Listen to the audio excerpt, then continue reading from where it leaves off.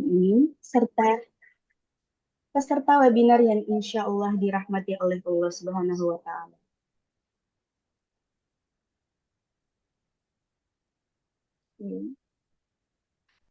Baiklah, selamat pagi ayah, bunda, dan kakak-kakak yang berbahagia. Kalau boleh tahu bagaimana nih kabarnya? Apakah sehat, masih semangat meskipun puasa? Alhamdulillah. Alhamdulillah sehat walafiat. Alhamdulillah Alhamdulillah. bahagia Ustazah. Sana. Ustazah apa kabar? Alhamdulillah khair. Ustazah Sriati, bagaimana Alhamdulillah. kabarnya Ustazah? Alhamdulillah bahagia Ustazah. Alhamdulillah. Sebelum kita mulai acara pada pagi hari ini, izinkan saya untuk menyapa nih para ayah, bunda, dan kakak-kakak semuanya. Kalau boleh tahu nih asalnya dari mana saja ya? Ya, boleh dituliskan di kolom chat mungkin.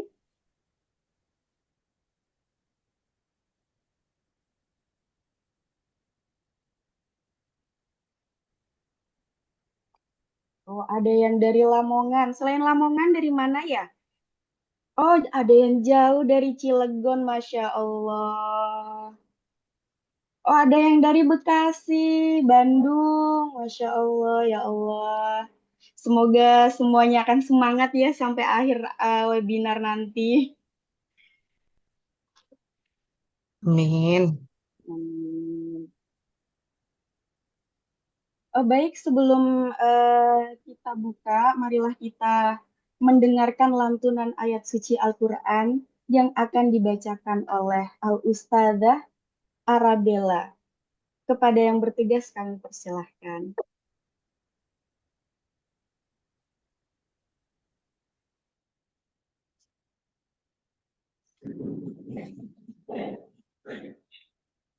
Bismillahirrahmanirrahim. Assalamualaikum warahmatullahi wabarakatuh.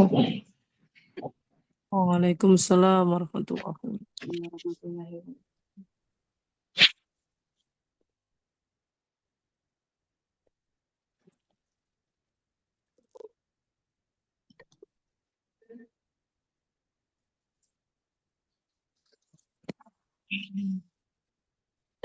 Bismillahirrahmanirrahim. Assalamualaikum warahmatullahi wabarakatuh. Waalaikumsalam warahmatullahi Waalaikumsalam wabarakatuh. warahmatullahi wabarakatuh.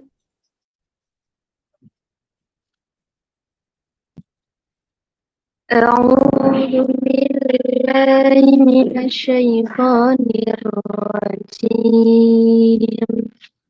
Bismillahirrahmanirrahim. يا أيها الذين آمنوا كتب عليكم الصيام كتب على الذين من قبلكم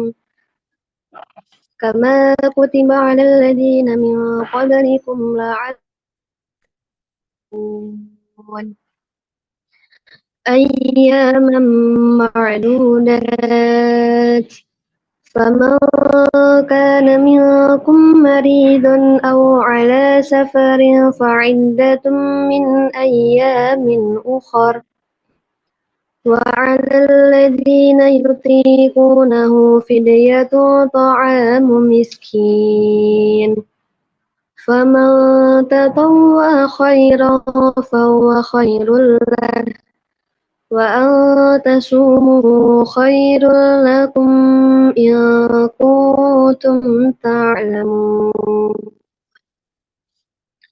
شهر رمضان الذي أنزل فيه القرآن هدى للناس وبينات من الهدى والفرقان فمن شهد منكم الشهر فليصم ومن كان مريضا أو على سفر فعدة من أيام أخر يريد الله بكم اليسر ولا يريد بكم العسر ولتكملوا العدة ولتكبروا الله على ما هداكم ولعلكم تشكرون وإذا سألك عبادي عني فإني قريب أجيب دعوة الداء إذا دعاني فليستجيبوا لي وليؤمنوا بي لعلهم يرشدون صدق الله العظيم. Syukran. Assalamualaikum warahmatullahi wabarakatuh. Waalaikumsalam Waalaikumsalam warahmatullahi warahmatullahi. wabarakatuh. Kami ucapkan terima kasih kepada Ustazah Arabella yang telah melantunkan ayat suci Al-Quran yang semoga akan menjadi syafaat bagi kita semua kelak. Amin, amin ya Rabbal. Acara selanjutnya yakni sambutan, akan tetapi kiai kita masih dalam sedikit uzur karena beliau sedang sakit. Kita doakan bersama semoga beliau nantinya bisa mungkin hadir di tengah-tengah kita. Mari kita kirimkan Al-Fatihah untuk kiai-kiai kita. Al-Fatihah.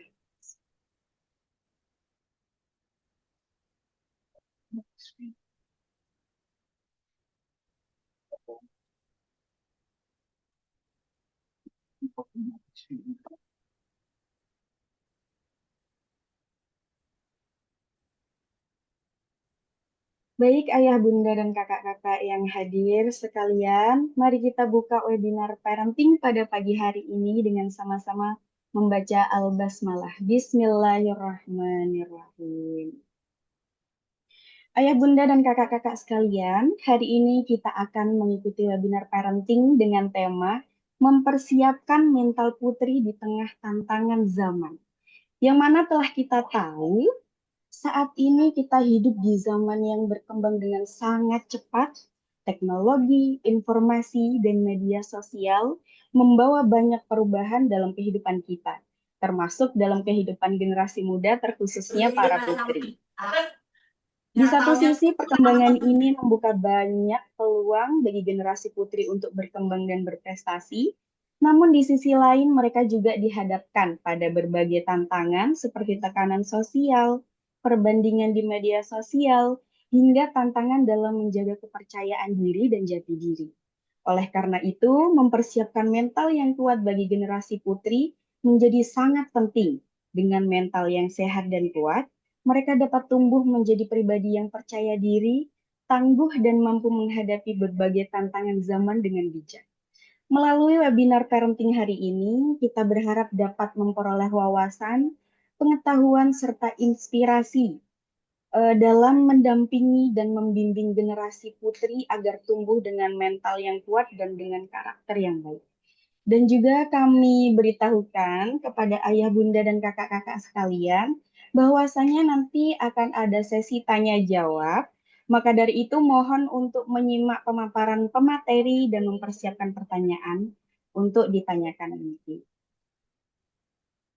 Ayah, bunda, dan kakak Villa, sebelum kita memasuki sesi pemaparan materi, mari kita sapa bersama narasumber kita pada pagi hari ini. Assalamualaikum Ustazah. Waalaikumsalam warahmatullahi wabarakatuh. Ustazah Alfida, suara Iya, saya jelas Ustazah. Ustazah? Alhamdulillah jelas Ustazah. Ya, Ya. Ustazah, selamat Salam buat pagi. semuanya. Ya, Ye. pagi juga Ustazah. Masya Allah, Ramadan Karim buat bapak-bapak, ibu-ibu, umi abi semuanya dimanapun berada. Taqabbalallah, tabarakallah wa ma'anajah. Amin. Alhamdulillah, semoga Ustazah senantiasa diberikan kesehatan oleh Allah Subhanahu wa Ta'ala. Baiklah, ayah, Amin, amin ya bunda, rabbal alamin. dan kakak Filah, izinkan saya memperkenalkan narasumber kita pada kesempatan kali ini. Narasumber kita hari ini adalah Ustazah Sriyati, MPSI. Beliau merupakan seorang ibu yang memiliki perhatian besar dalam bidang psikologi, pendidikan, dan pengembangan karakter generasi muda. Beliau menyelesaikan pendidikan D2 di PGTK di Unifa Surabaya, S1 di IKIP Bojonegoro, dan menyelesaikan Magister Psikologi di UMS.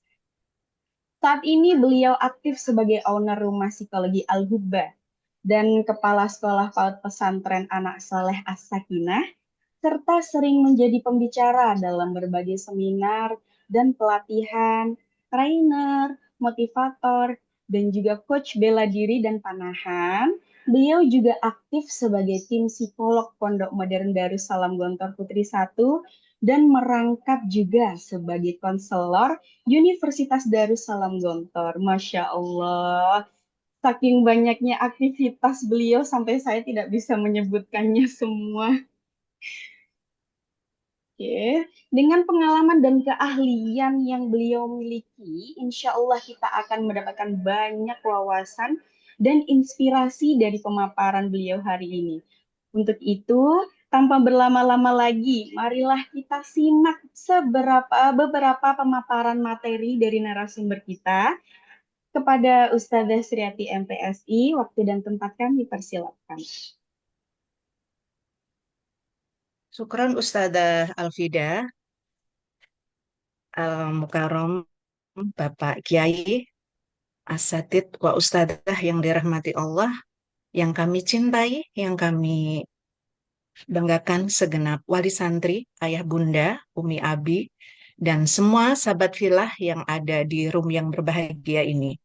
Assalamualaikum warahmatullahi wabarakatuh. Waalaikumsalam warahmatullahi Waalaikumsalam wabarakatuh. warahmatullahi wabarakatuh. Alhamdulillahirabbil alamin, wa syukurillah wa la haula wa la quwata illa billah. Raditu billahi robba wa bil islami dina wa bi Muhammadin nabiyya wa rasul, amma ba'du. Alhamdulillah, hadirin filah, marilah bersama-sama kita senantiasa memanjatkan puji syukur kehadirat Allah Subhanahu wa taala atas segala limpahan rahmat, taufik dan hidayahnya kepada kita semuanya, sehingga di Ramadan Karim ada yang saat ini 23 ataupun 22 Ramadan ya, kita senantiasa dalam keadaan sehat walafiat. Sholawat serta salam semoga tetap terlimpahkan untuk junjungan kita baginda Nabi besar Muhammad Shallallahu Alaihi Wasallam. Alhamdulillah, sahabat Villa semuanya yang hadir di room yang berbahagia ini. Apa kabar ayah bunda semuanya? Tadi sudah disapa-sapa dengan Ustazah Alfida. Masya Allah, Alhamdulillah ini dari berbagai penjuru tanah air kita tercinta hadir di sini. Dan insya Allah ini nanti kita akan sharing bersama ya ayah bunda.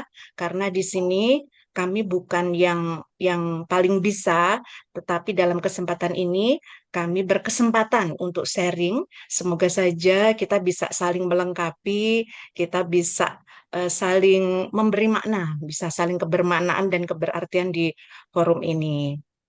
Nah, izinkan untuk memulai forum ini. Mohon maaf Ustazah Alfida, ini nanti untuk pemaparan materi kami berapa menit Ustazah?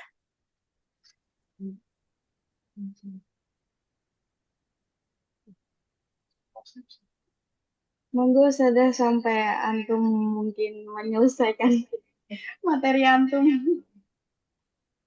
Oh ya, mungkin sekitar 45 sampai 60 mungkin ya Ustazah ya. Jadi Ustazah. Ya, sekarang di jam 9.39, semoga nanti di 10.39 kita bisa mulai tanya jawab. Nah, tentu saja karena kita sedang membangun komunikasi positif ya, yang namanya komunikasi itu dua arah, dan bukti dari kualitasnya komunikasi itu adanya saling memberi perhatian. Maka dari itu nanti mohon izin kalau kami tanyakan sesuatu terkait person untuk kita bersama saling belajar, mohon berkenan untuk dijawab ya di chatnya. Nah, sekarang mohon izin untuk share screen.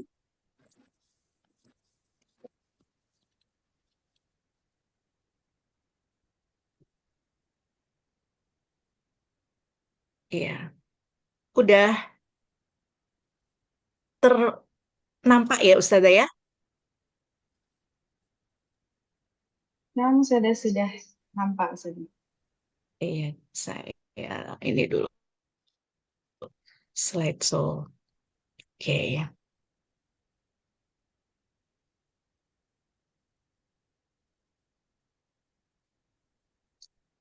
Baik, kita mulai menjaga putri di era digital. Nah, tadi saya sudah membaca beberapa data ya. data responden yang masuk ke panitia. Nah, dari membaca data ini ada sesuatu yang unik ya menurut saya. Ada yang unik di antaranya adalah di pertanyaan pertama, tantangan terbesar ayah bunda di dalam mendidik putra dan putri kita. Nah, tantangan terbesar itu data diperoleh adalah kurangnya komunikasi atau LDR. Apakah yang dimaksud kurang komunikasi atau LDR ini dengan Ananda, dengan putri kita tercinta? Apakah maksudnya karena mondok, adanya jarak, ketidakbersamaan karena Ananda nyantri, betul? Boleh dijawab atau ada jawaban yang lain? Ya, kami tunggu jawabannya.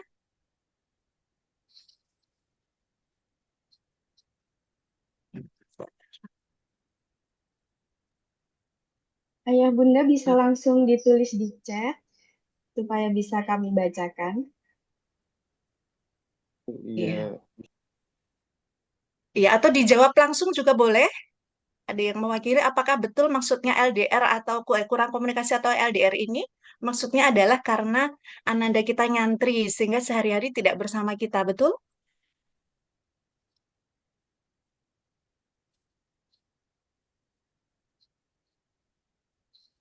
Oh, ada yang menjawab Ustazah di chat.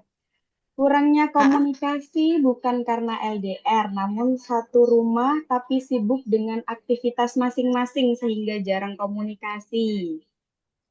Oh, kalau itu namanya sebetulnya bukan LDR sih ya, tapi komunikasi tidak berkualitas atau komunikasi kurang berkualitas. Kalau LDR ini kan terpisahkan oleh jarak. Itu ya, oke. Nah, sekarang pertanyaan berikutnya, Ayah Bunda, mohon berkenan untuk menjawab. Ayah Bunda, di saat putri kita, anak gadis kita, bersama kita di rumah, izin bertanya dan tolong dijawab dengan jujur. Apakah di keseharian ketika bersama ayah bunda, putri kita di rumah, ini penuh kedamaian atau banyak dramanya? Tolong dipilih dan dijawab.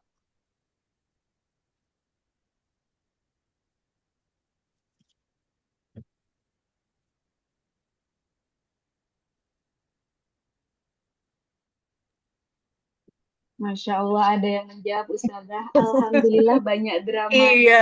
Masya Allah. Terima kasih atas kejujurannya ya. Sebetulnya ini jawaban yang sangat jujur karena kami banyak menangani parenting dan juga konseli dari beberapa atau bahkan bukan hanya puluhan ya sampai ratusan.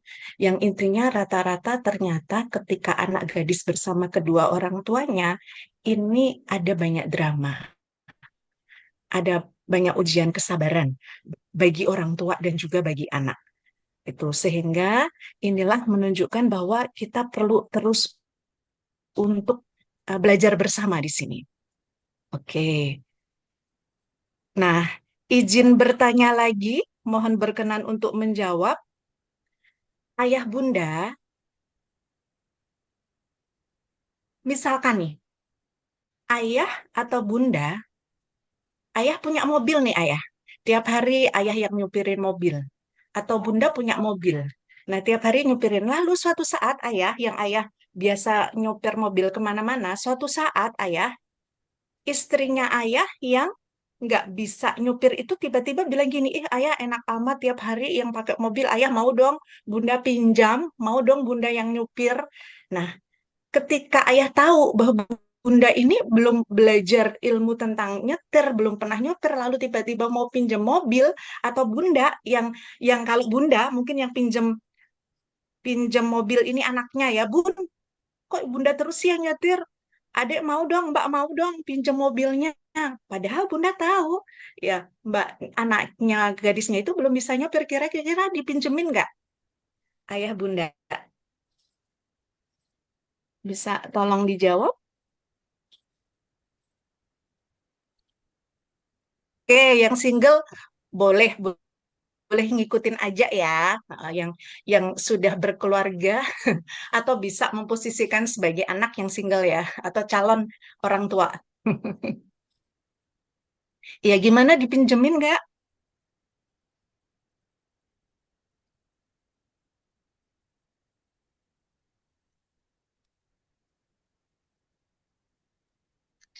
Ayo Kebanyakan ditunggu menjawab jawabannya. tidak, Ustazah. Tidak Oke, ditinggalkan. keren banget. Nah, sekarang keren banget. Sekarang pertanyaan berikutnya, kenapa nggak dipinjemin? Tolong dijawab alasannya kenapa nggak dipinjemin? Ini oh iya, iya, iya. Anak tarik ke bawah. Kenapa nggak dipinjemin? Oke. Absolutely enggak ya. Oh, membahayakan. Karena belum punya kemampuan. Ya, betul sekali. Ya, takut mobilnya rusak atau orangnya yang rusak?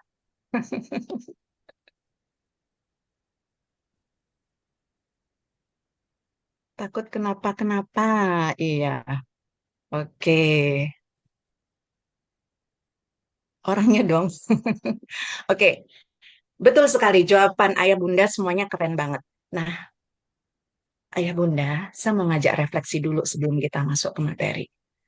Kalau untuk nyetir mobil, untuk pakai alat buatan manusia yang ada SOP-nya, kalau kita belum tahu cara makainya aja, kita nggak berani minjemin. Kenapa? Karena otomatis kemungkinannya akan rusak. Rusak mungkin alatnya, bisa juga rusak yang memakainya. Nah, ini barang loh, gitu.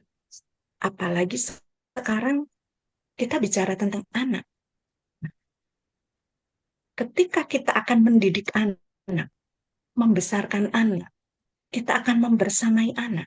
Pertanyaannya, sudahkah kita belajar tentang standar operasional prosedurnya, tentang bagaimana cara mendampinginya, tentang bagaimana merawat dan menjaga sesuatu ini agar tidak rusak, tentang bagaimana agar sesuatu ini makin hari bisa tetap berfungsi dengan baik.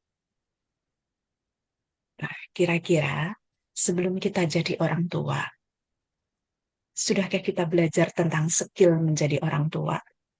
Sudahkah kita belajar tentang bagaimana mendidik dan mengasuh dengan cara yang terbaik yang dicontohkan oleh Rasulullah kita? Sudahkah kita belajar tentang bagaimana menjadi orang tua sesuai dengan yang diridhoi oleh Tuhan kita, Allah Subhanahu wa Ta'ala? Karena kita semuanya ingat dan kita semuanya bersepakat, anak ini milik Allah. Yang titip ke kita Allah. Kita dititipin Allah. Kalau yang titip presiden, menteri, guru, lurah atau apa aja kita akan jaga. Kalau yang titip orang yang kita hormati, kita segani, kita akan jaga dengan baik. Apalagi ini yang titip Tuhan kita, yang titip Allah. Nah, sekarang pertanyaannya mohon berkenan menjawab, sudahkah sebelum punya anak atau sebelum mendidik, kita belajar skill tentang mendidik, skill menjadi orang tua? Sudahkah kita belajar tentang bagaimana membangun komunikasi yang berkualitas dengan anak? Ya, minta tolong dijawab.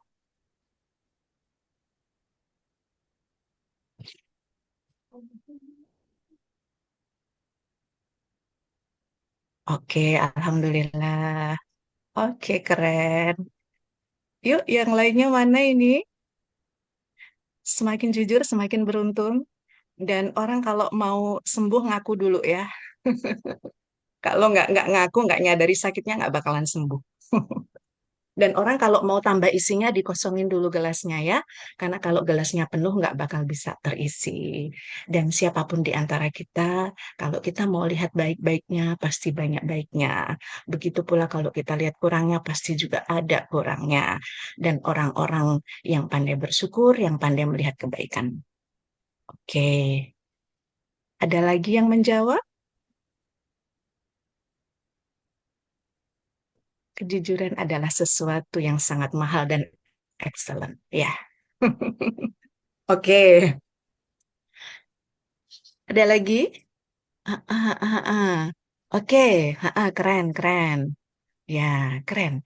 Yang sudah banyak belajar, ya, yang sudah banyak dapat value, dapat knowledge, kira-kira untuk skillnya, keterampilannya, udah terampil belum? Masih adakah kita malpraktek di dalam mengasuh dan mendidik? Ciri malpraktek itu apa? Berdrama-drama. Banyak luka-luka yang sebelum kita melukai orang, sebetulnya pasti Oh, kita udah pulang. udah punya luka, gitu ya. Oh, udah pulang. Oke, Mama udah pulang belum? Oke, terima kasih Hah? ya yang udah Betul. jawab-jawab Betul ya, nih. Barokallah. Bayar dia tuh. Saya doakan ini adalah calon orang tua yang terbaik, yang senantiasa dalam ridho Allah Subhanahu wa Ta'ala.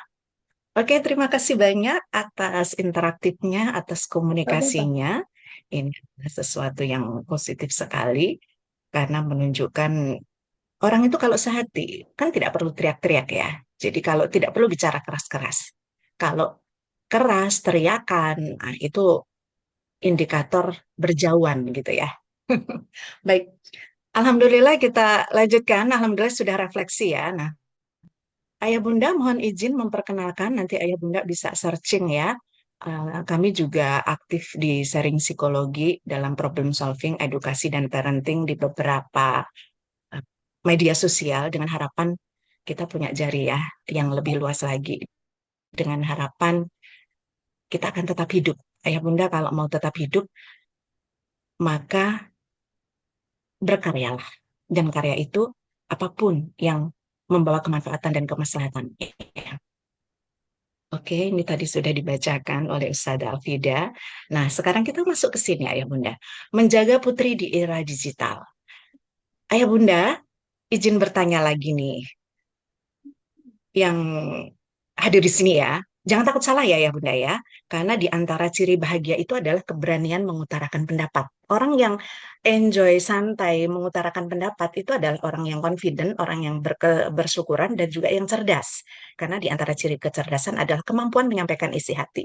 Jangan takut salah, karena salah adalah keniscayaan dan sesuatu yang lazim atau biasa dan menunjukkan akan baik, akan benar gitu ya. Nah, Ayah Bunda, izin bertanya ya, tolong dijawab ya. Sejak kapan sih mulai mendidik putri kita itu? Kira-kira sejak kapan ya? Yuk, silakan dijawab. Bisa tolong dijawab dengan cepat, diketik.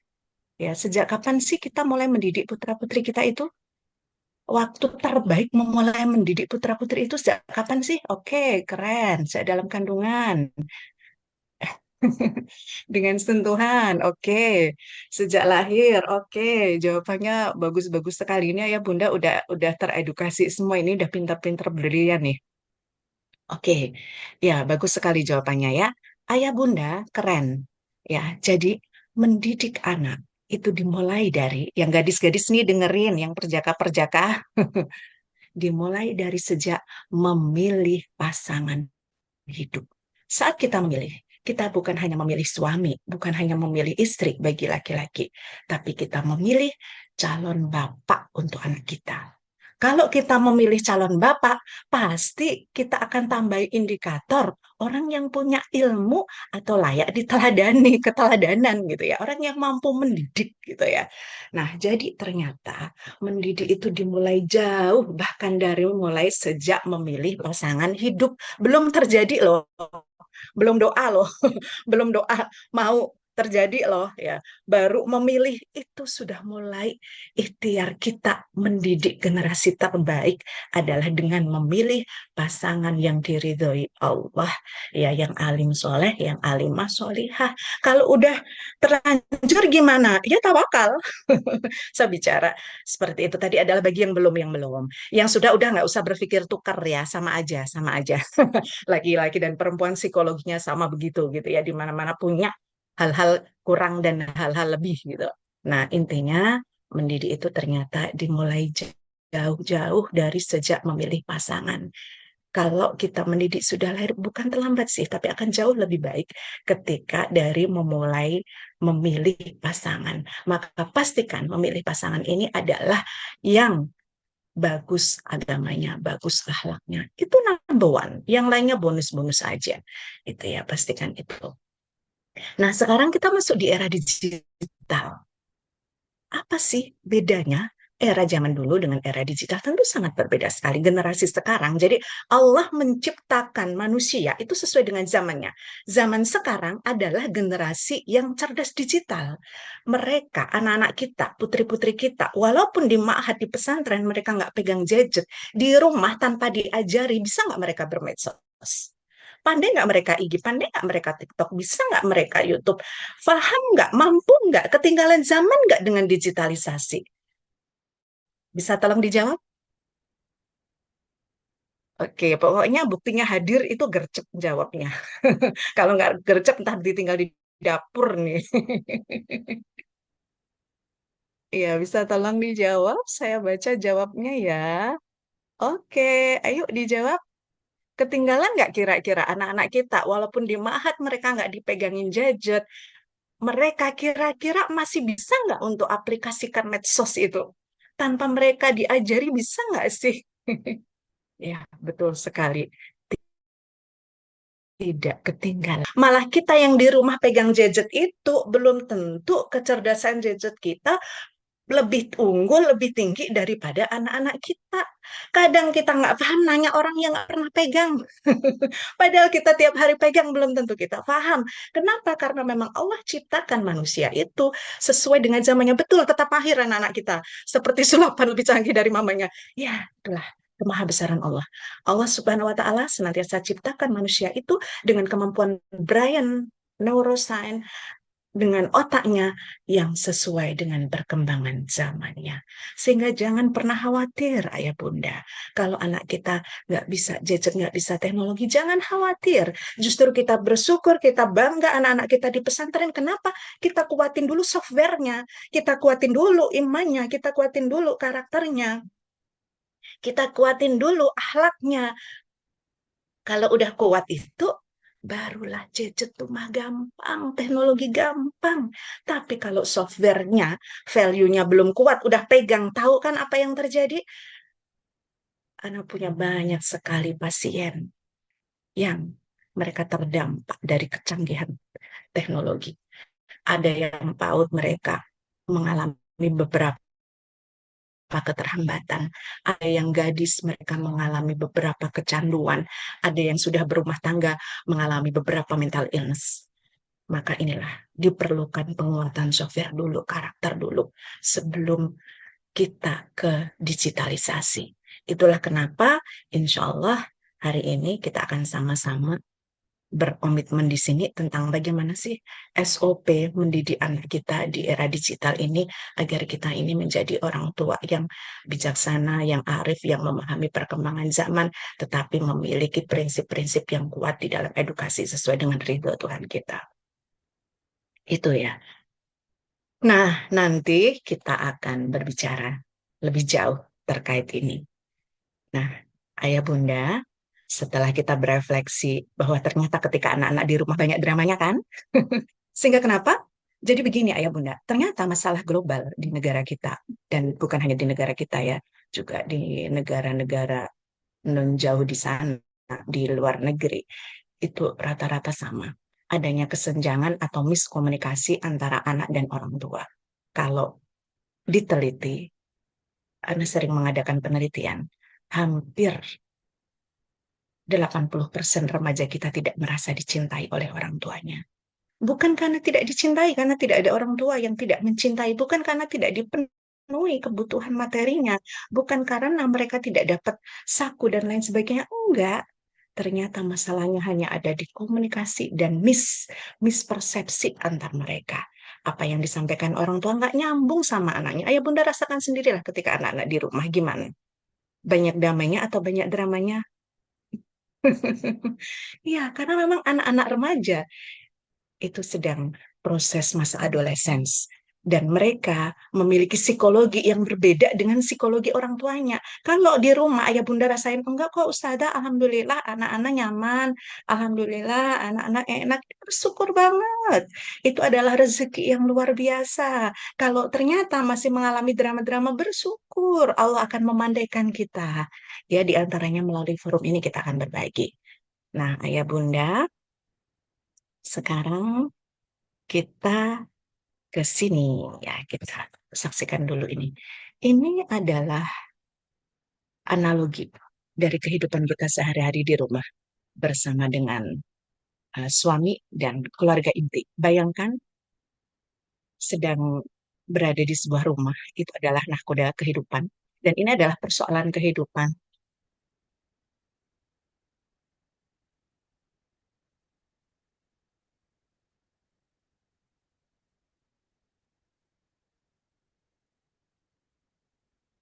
Tim ini adalah seluruh keluarga besar kita.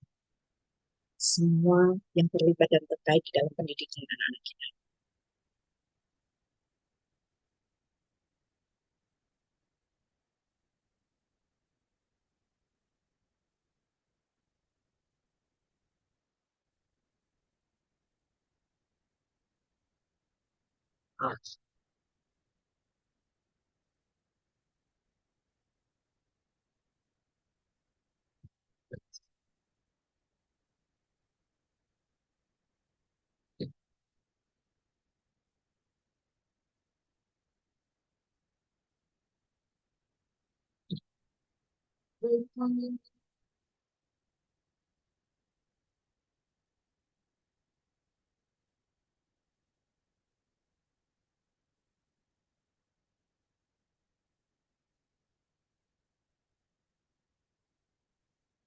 Membangun tim yang solid ini adalah beserta bersama dengan seluruh yang terlibat di dalam edukasi anak kita. Nah, Ayah Bunda, dari melihat video barusan, izin ada yang berkomentar, ya, minta tolong ada yang berkomentar kira-kira apa pesan moral dari video yang baru saja kita saksikan. Kira-kira apa pesannya di situ? Silakan, Ayah Bunda. Ada yang raise hand?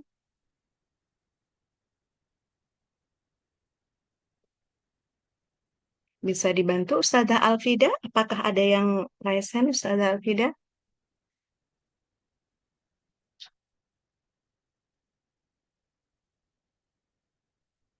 Yuk, Ayah Bunda, ada yang berkenan menjawab? Kira-kira apa ya pesan moral, apa ya hikmah dari video yang baru saja tadi kita saksikan?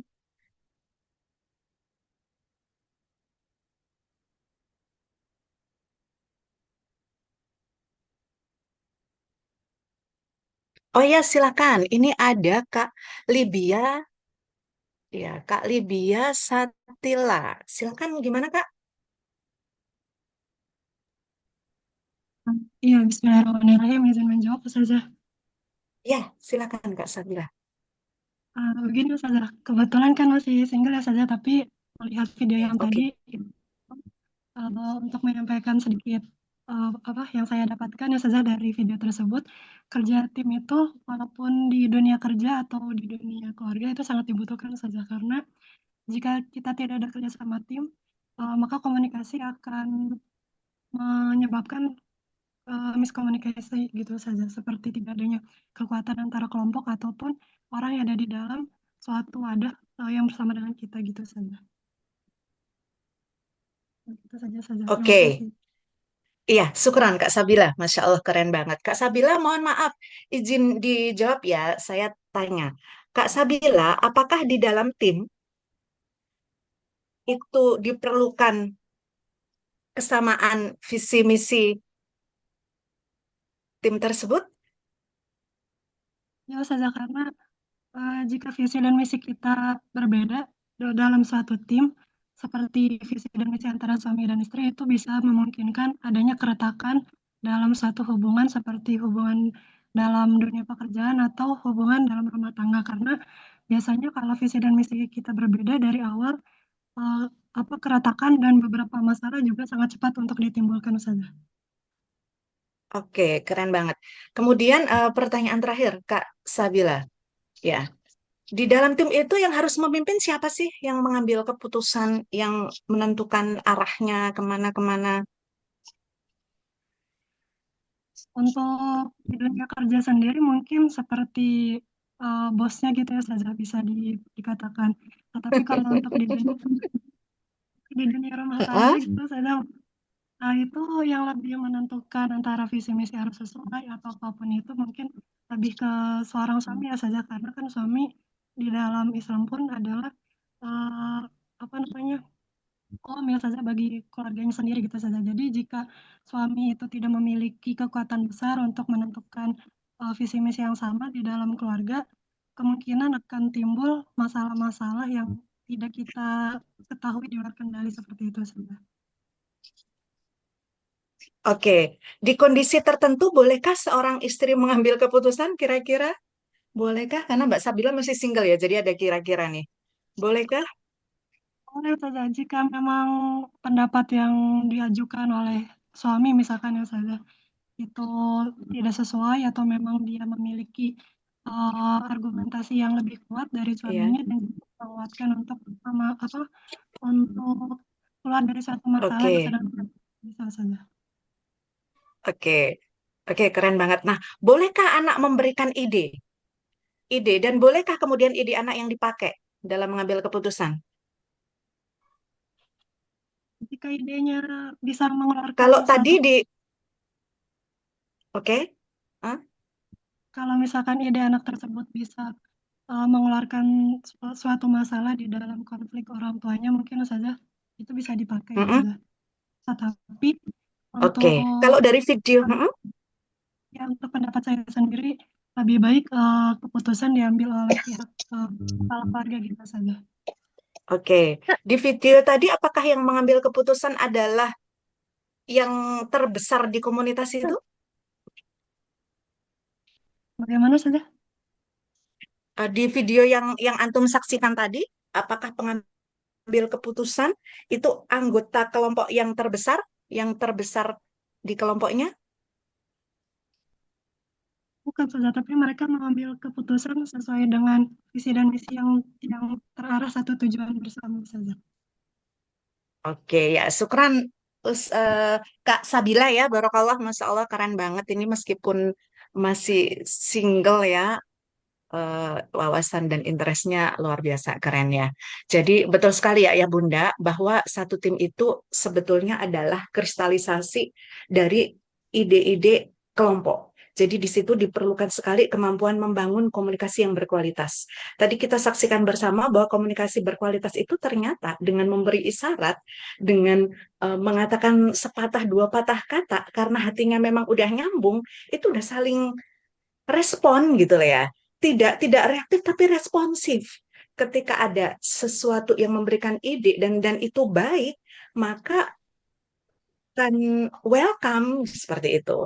Nah, sehingga semua itu merasa nyaman, merasa tervalidasi, seluruh anggota keluarga itu merasa mendapatkan full cinta. Tidak ada yang mendominasi karena kita bicara tentang keluarga ya. Intinya keluarga itu tentunya yang namanya kekeluargaan itu adalah asi asu asah itu ya, yang namanya kekeluargaan itu adalah rasa saling mencintai, saling menjaga, karena cinta itu memberi, cinta itu menjaga, seperti itu. Sehingga ketika melakukan perbaikan atau ide-ide atau mengambil keputusan, maka pastikan itu adalah dengan cara yang ma'ruf, seperti itu ya. Nah, Ayah Bunda, kita lanjutkan. Sekarang izin bertanya ya, mohon berkenan untuk dijawab di chat. Merasa amankah putri Anda bersama Anda? Nah, kira-kira kalau sekarang panjenengan semua, Ayah Bunda semuanya, Utifilah yang ada di room ini, seandainya Ayah Bunda berempati dengan cerdas, berupaya memposisikan diri dan memahami apa yang dirasakan oleh putrinya, kira-kira anak kita, putri kita, merasa aman nggak sih di samping kita? Ataukah mereka merasa lebih aman bersama peer group-nya, bersama teman-teman sebayanya? Minta tolong dijawab di chat. Merasa aman tidak anak-anak berada di dekat orang tuanya? Ya, silakan dijawab di chatnya. Oke, saya jawab. Oh, sangat loh. Oke, oke, keren. Aman nggak anak kita berada bersama kita? Mereka ngerasa aman nggak? Ciri aman itu tentram, betah, kerasan, ya, mukanya menyenangkan, itu aman. Ya, kalau kalau gelisah, tentu kebalikan dari itu ya. Anak-anak kita merasa aman betul? Alhamdulillah. Di faktanya, tidak semua anak merasa aman.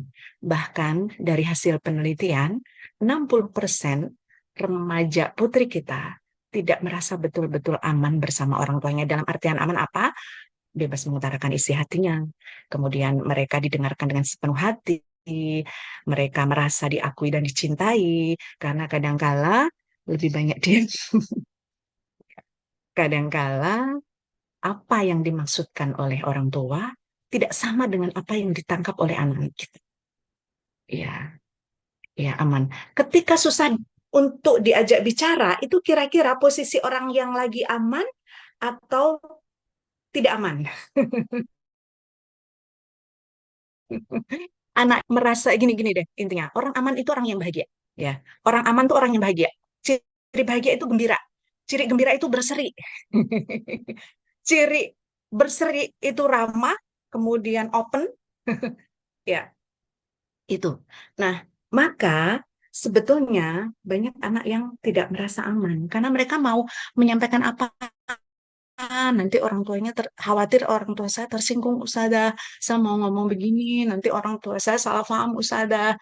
Maka banyak sekali ternyata anak-anak kita, remaja putri kita itu yang kalau mau bicara sama orang tuanya itu dia milah dan milih, subhanallah, sampai sedemikiannya. Karena mereka apa? Karena kadang orang tua yang niat mereka adalah didengarkan, taunya dimarahin misalnya. Mereka menangkapnya sebagai amarah. Kenapa mereka menangkap sebagai amarah? Karena modulasinya tinggi, misalnya seperti itu. Bukan katanya, sebetulnya tidak ada masalah dengan kata, tapi kadang dimodulasi. Atau kadang diekspresi, sebetulnya nggak ada masalah dengan kata gitu ya. Jadi misalnya, ya, ini kan katanya oke ya, tapi ada yang, ya, nah ini kan beda ya. Seperti itu. Jadi kadang-kala tidak ada masalah dengan kata, dengan data, tapi yang bermasalah adalah dirasa. Rasa itu dari mana? Dari ekspresinya, dari gesturnya. Dan perempuan sangat peka terhadap ini ya. Oke, kita next ya. Apakah sebagai parent Anda memahami dunia putri Anda?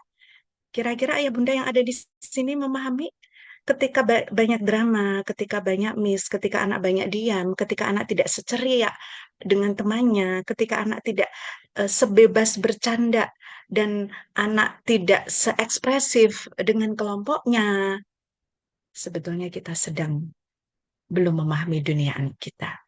Karena dunia kita beda dengan dunia mereka. Kadang-kala niat kita baik, kasih masukan, tapi kita lupa membandingkannya.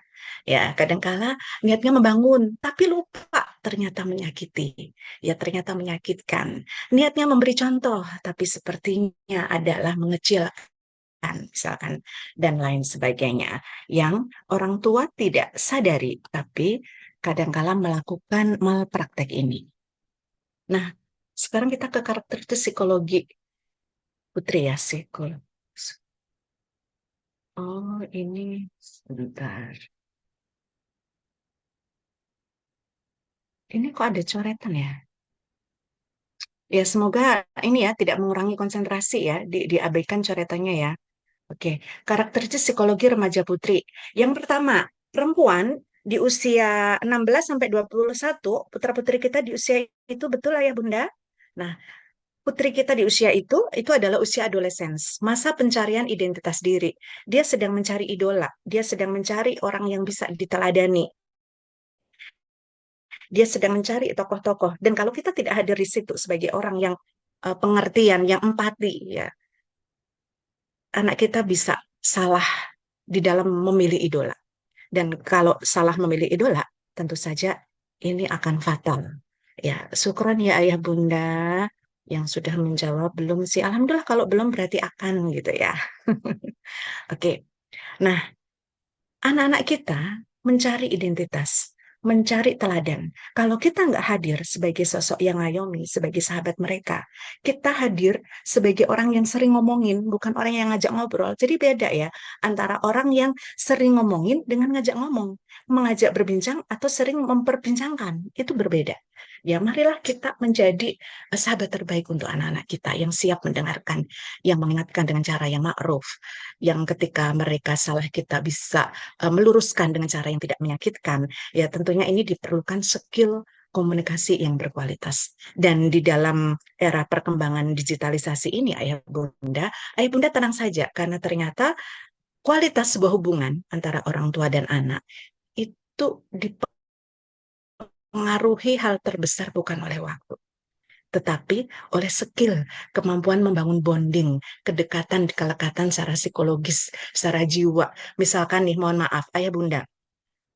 Ayah bunda seperti saat ini ya, ayah bunda bersama anak-anak di rumah, ya di rumah. Ketika di rumah, ayah bunda sepertinya seharian bersama anak kita, tapi dia di kamar misalkan. Atau contoh simpelnya gini, sama-sama duduk di ruang tengah. Tapi ketika yang satu buka gadget sendiri, satu baca buku, satu ngerjain apa, tidak ada komunikasi di antara mereka, sebetulnya mereka tidak sedang bersama. Ya, sebetulnya mereka tidak sedang membangun hubungan yang berkualitas. Kenapa? Betul duduk bersama, tapi pikirannya, jiwanya sendiri-sendiri. Maka membangun hubungan yang berkualitas itu nomor satu. Ya, bukan kuantitas, bukan waktu, tapi kualitas caranya. Seberapa waktu yang dimiliki ini dipakai apa sih untuk membangun hubungan yang berkualitas, untuk merasa bahwa anak kita itu merasa kita ada. Anak kita merasa kita memperhatikannya. Anak kita merasa kita dukung atau support usaha dia. Apakah anak kita sudah merasa aman, nyaman bersama kita? Apakah tiap hari anak kita sudah merasa dicintai? Ya, apakah setiap hari anak kita merasa bahwa orang tuanya selalu mengikhtiarkan yang terbaik? Jangan-jangan kita rugi, bangkrut, apa tiap hari kita mati-matian melakukan sesuatu untuk anak kita, tapi anak kita rasanya nggak demikian. Ini kenapa? Karena adanya misperception dan miskomunikasi. Dan ini banyak sekali terjadi di sekitar kita. Semoga di keluarga ayah bunda tidak demikian ya. Nah, berikutnya, anak gadis ini sensitif, mereka peka sekali. Ayah bunda mohon maaf, minta tolong ya ayah bunda. Jangan, sebentar. Oh, sorry. Oke. Tuh.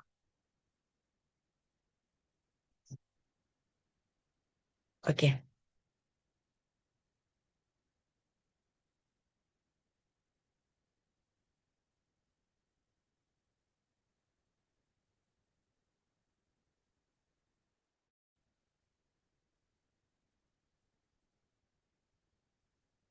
Ini saya stop screen dulu.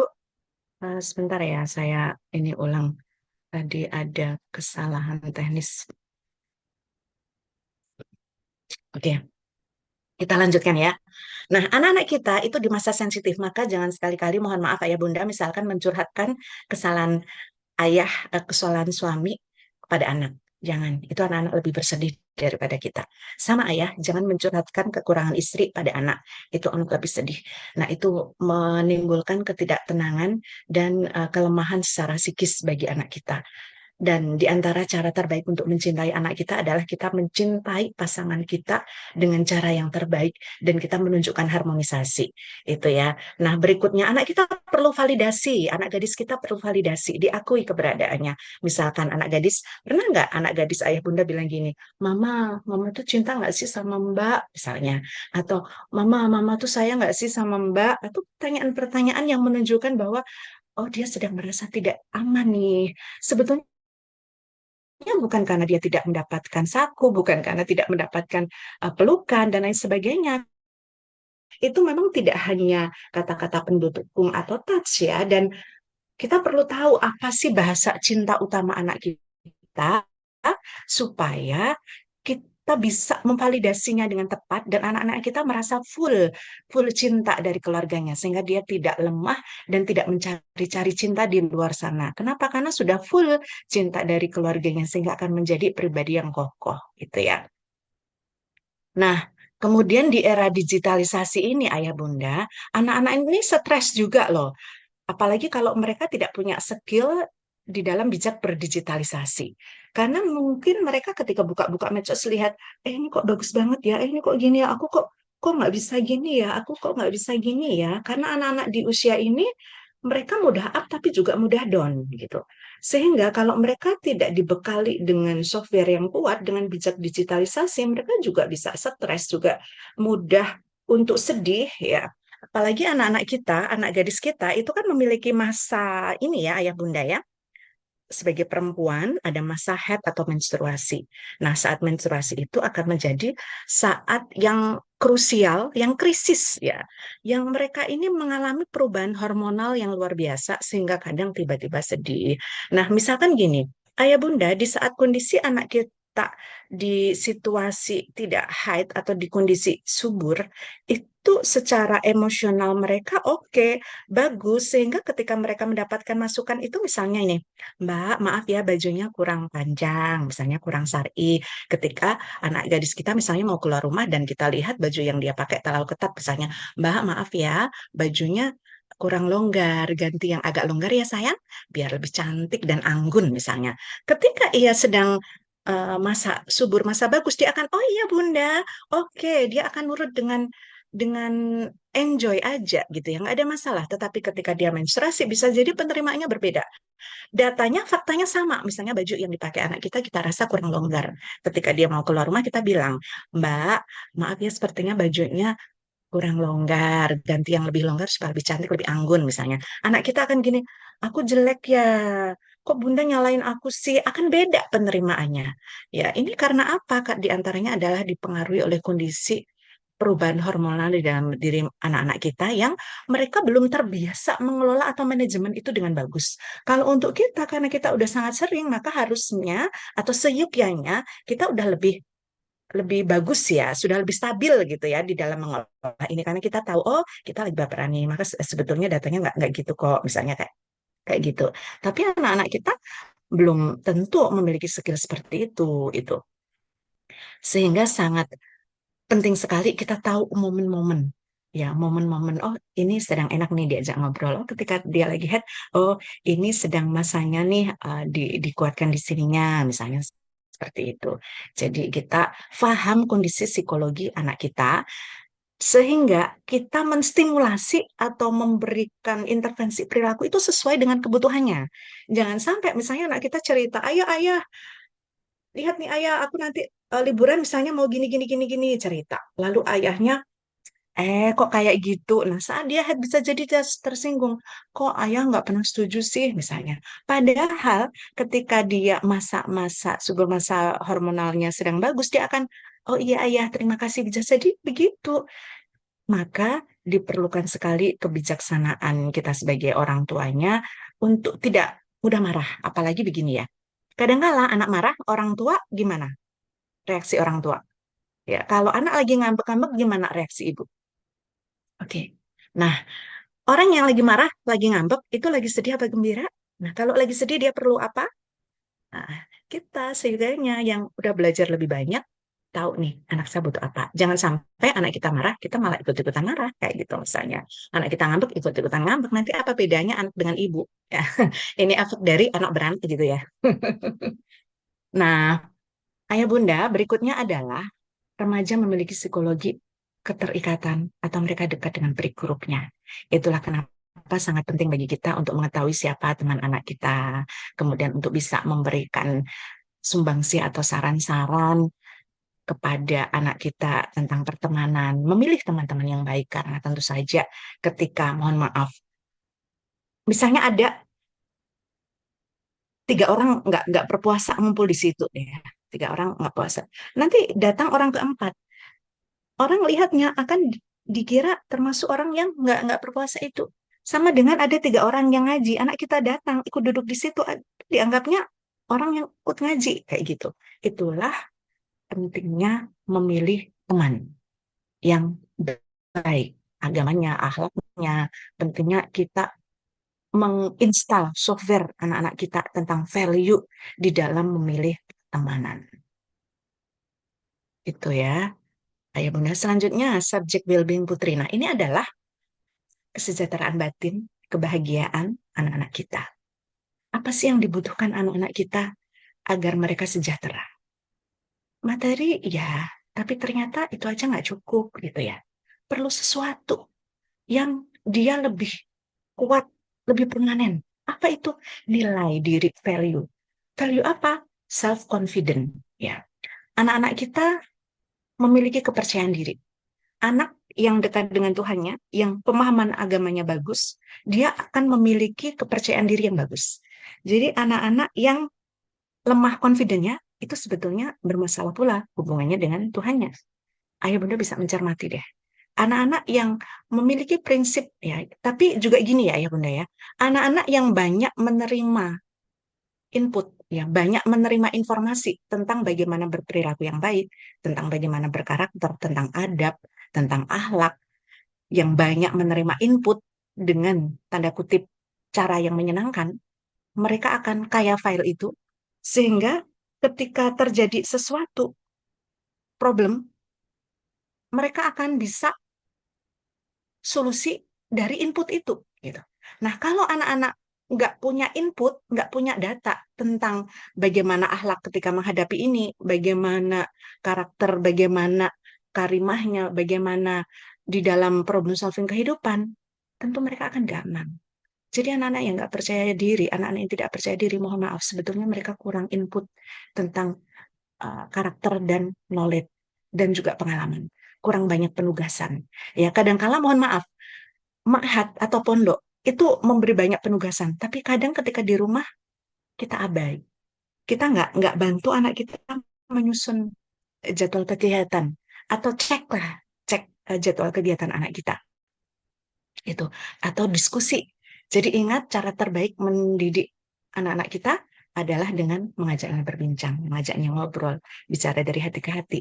Jadi jangan kalau ngobrol atau bicara itu dari satu arah. Yang namanya ngobrol, bicara itu dua arah, gitu ya.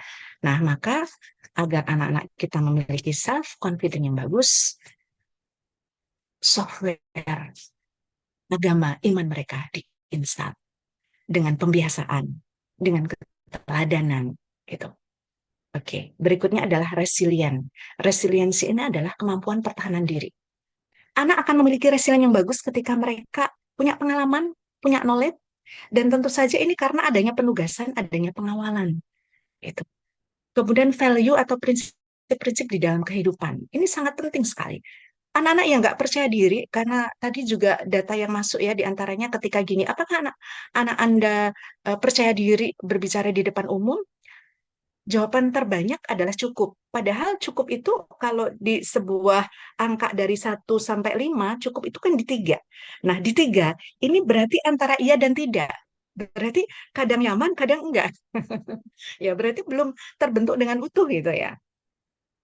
Nah, sehingga yuk kita bantu anak-anak kita dengan memberinya knowledge, memberinya pengalaman, mengajaknya berbincang, memfasilitasi, mengevaluasi, ya menciptakan suasana-suasana yang edukasi, melibatkan dalam berbagai kegiatan. Dan ini bisa terjadi kalau mereka tervalidasi, mereka diakui, mereka merasa dihargai, dicintai gitu ya, dan mereka merasa diperlukan gitu. Nah, value itu sudah bicarakan, ini adalah hal-hal prinsip yang sangat penting dalam kehidupan yang harus dimiliki anak-anak kita. Value dari agama, prinsip hidup, ya dari karakter orang tuanya, dan ayah bunda sudah menjadi kesepakatan bersama para saintifik di psikologi dan juga hasil dari penelitian otak bahwa anak itu memang tersambung secara frekuensi hati kebatinan ya. Itu lebih kuat dengan ibunya. Maka kalau ibu tenang, anak 2 kali tenang. Ibu gelisah, anak 2 kali gelisah. Dan ada sebuah teori pendidikan dan aplikatif pendidikan yang sangat bagus bahwa seringkali anak-anak kita mungkin lupa dengan pelajaran yang kita berikan kepadanya. Tapi dia akan sangat mengingat bagaimana perilaku kita kepadanya. Maka sebetulnya perilaku adalah sesuatu yang sangat mempengaruhi kepribadian anak-anak kita. Perilaku kita sebagai orang tua pada anak-anak gitu ya. Kemudian sesuatu yang bisa membuat subject well-being atau kebahagiaan anak kita ini kokoh, itu mereka memiliki manajemen kolbu. Dan manajemen kolbu itu akan terbangun dengan baik manakala kita mendekatkan dia dengan sang penciptanya, dengan hal-hal kebaikan ya, dengan cinta dan kasih sayang, dengan banyak beramal, banyak berderma, banyak melakukan perbuatan-perbuatan yang berkontribusi untuk kepentingan umat. Nah, ini akan banyak membangun anak-anak kita. Nah, peran strategis orang tua adalah menginstal software anak kita. Karena apa? Ingat, anak itu 30% genetik. Genetik itu adalah keturunan orang tua ke atas ya, orang tua. Genetik. 70-nya adalah lingkungan atau hasil pola asuh. Nah, pola asuh siapa yang masuk pertama kali? Sejak dibuatnya doa tidak. Kemudian ketika di rahim, Ya, itu banyak dibacain doa, diajak ngaji enggak, banyak enggak diajak melakukan kebaikan. Nah, itu sehingga di sini sangat perlu sekali bagaimana stimulasi orang tua untuk membentuk karakter anak ini. Nah, ayah bunda, ketika itu semuanya bisa kita perankan dengan baik, maka akan terjadi yang namanya hubungan berkualitas atau bonding. Anak-anak yang bondingnya dengan orang tua bagus, mereka nggak mudah kena mental illness, nggak mudah terbuli, nggak mudah kena rayuan gombal laki-laki. Maka ayah, wahai para ayah yang ada di sini, terima kasih banyak ayah. Mungkin ayah menjadi kaum minoritas, tapi ini adalah sesuatu yang luar biasa. Kami mengapresiasi ayah. Ayah, anak gadis akan sangat bagus ketika dekat dengan ayahnya. Ajaklah quality time bersama ayah. Ayah, ketika anak-anak kita trouble, peluk ayah 7 detik. Gimana dengan bundanya? Bunda tenang bunda. Peluk anaknya bunda. Ya, peluk anaknya. Ketika anak kita sedang trouble-trouble, jangan banyak diomongin. Tapi dicas aja, distimulus aja. Dipenuhi aja kebutuhan psikologis dia. Nanti kalau udah damai, dia akan nanya-nanya. Akan terjalin komunikasi yang berkualitas di situ. Kalau dia udah merasa dicintai, tervalidasi, dia akan open, gitu ya. Ayah bunda adalah teladan dan motivator terbaik untuk putra-putri kita. Nah, yuk kita bersama senantiasa menjadi orang tua yang progresif ya. Itulah kenapa diantaranya di siang hari ini kita sharing di sini. Kenapa? Kita mau terus meningkat, progres. Bukankah belajar itu dari lahir hingga ke liang lahat? Maka seseorang yang terus ingin meningkat, dia pasti akan terus belajar. Dan ingat di antara salah satu tanda bahwa dicintainya seorang hamba oleh Tuhannya, dijadikannya ia senang belajar. Belajar dari manapun. Dan ayah bunda, sadarkah kita bahwa sesungguhnya anak kita adalah guru terbaik bagi orang tuanya. Kalau kita bisa melihat ini, ketika ia kecil misalnya, sebelum mereka balik misalnya, mereka ahli surga. Mereka banyak mengajari kita tentang kesabaran, tentang ketulusan. Mereka nggak pernah tolak kita. Mereka nggak pernah banding-bandingin kita. Tapi kadang kita yang suka banding-bandingkannya. Kadang kita yang kurang sepenuh hati menerima mereka. Ayah bunda, yuk menjadi orang tua sekaligus sahabat terbaik bagi putri kita. Dan kami ingatkan diri kami pribadi dan kita semuanya bahwa anak-anak adalah cermin yang paling sempurna di dunia ini.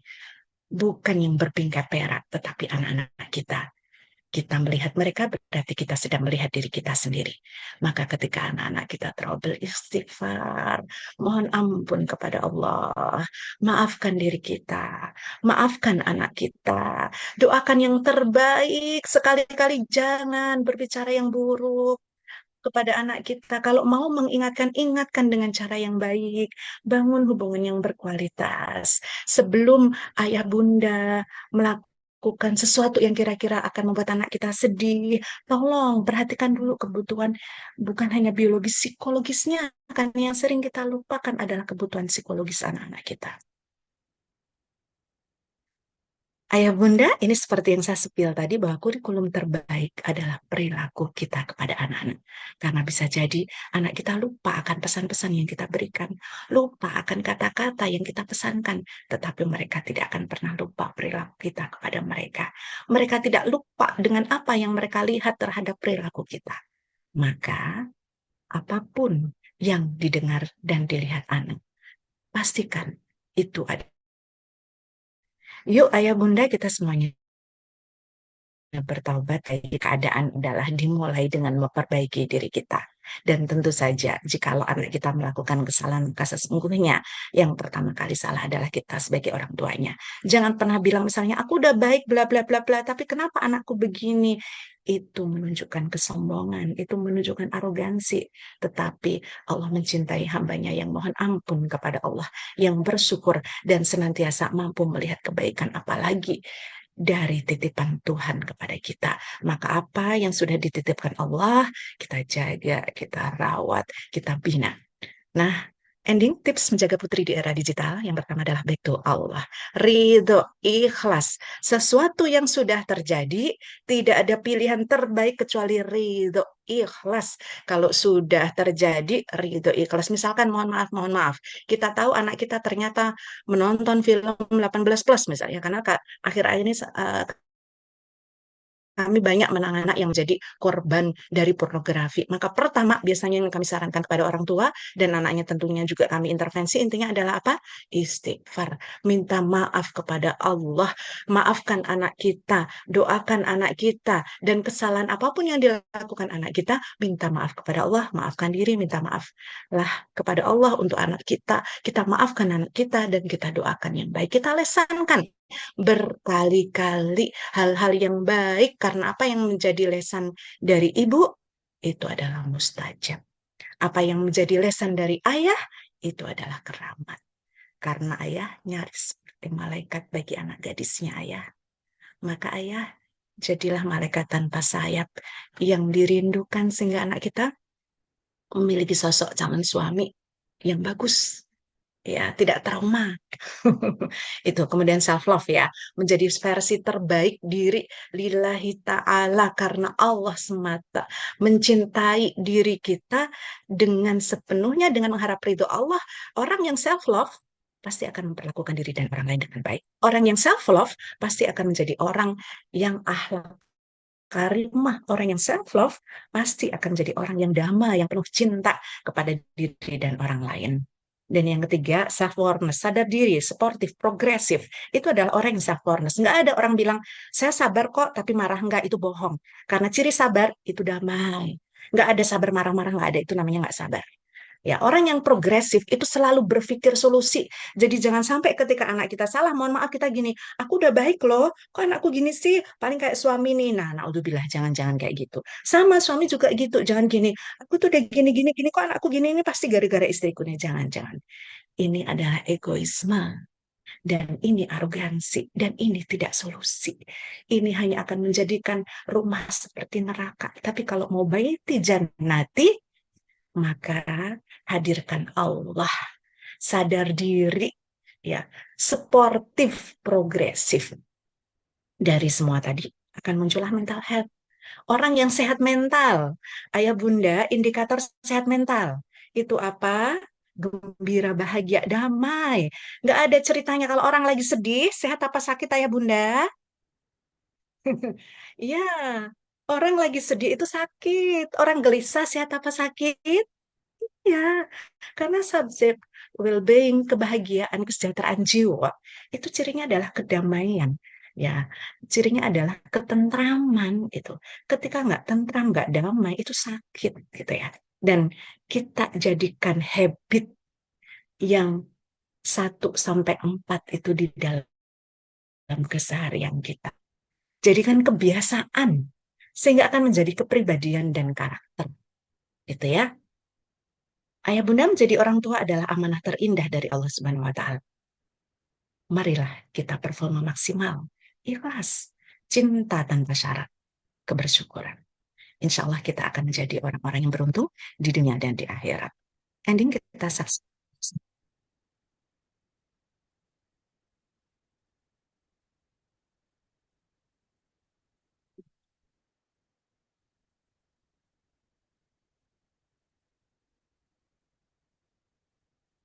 Sebentar ya, saya stop screen dulu.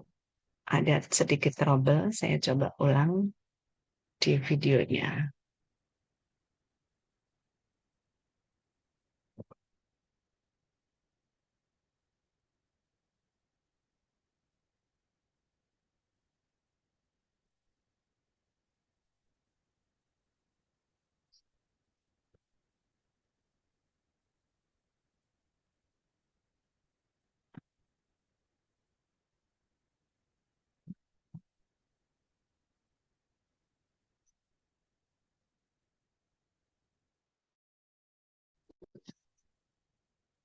Bentar ya, ayah bunda, ada satu video yang bagus untuk inspirasi kita bersama sebagai orang tua.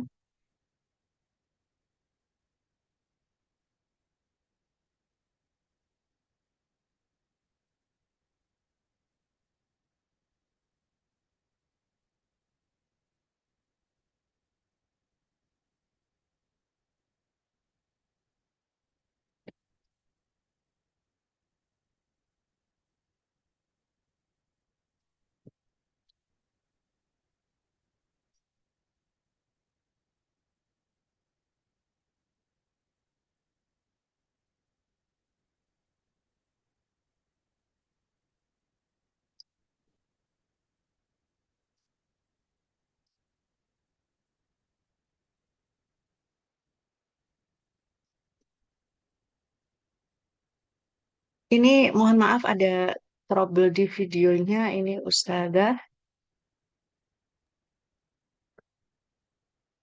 Saya coba lagi.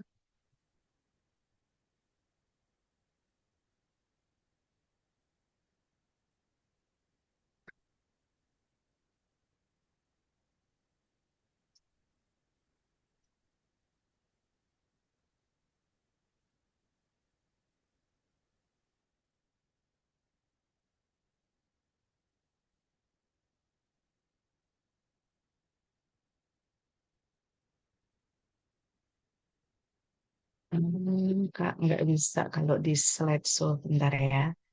Ternyata kalau... Oke.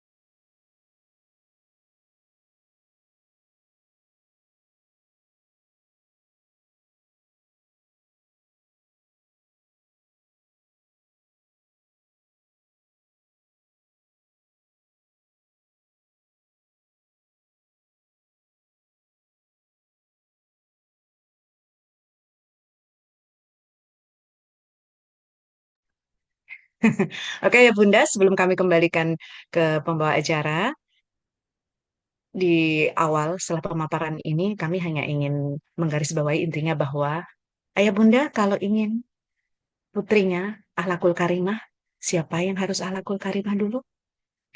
Ayah Bunda kalau ingin putrinya santun, siapa yang harus santun dulu?